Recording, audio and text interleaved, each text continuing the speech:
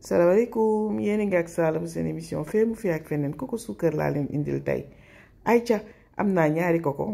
guleet tey ma toj koko mu entier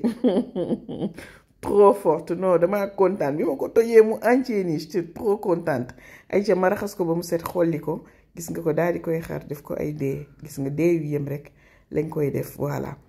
koko suukar nag maa ko tuddee waaye wax leen ma ci commentaire ban beneen tur ngeen gis voilà ñu daal di koy baptiser noonu.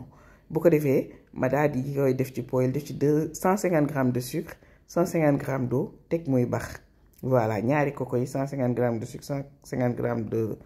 d'eau teg muy bax rek gis nga ko moom amul saar yomb bay bëgg a dee la def da ngay teg bu ndox bi demee ba nga xamante ni bii mi ngi ñeer ba sucre bi commencé di cristalliser wu gis nga da ngay bàyyi muy doore tuuti nga yëngal muy doore nga yëngal muy doore gis nga ko.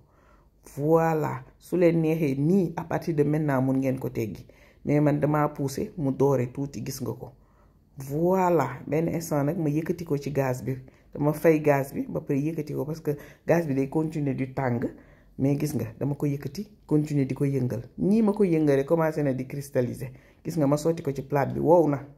bu ko defee ma daal di ñëw dresser leen ko nag mi ngi noonu neex ba bëgg dee la def mën naa nax gune nax mag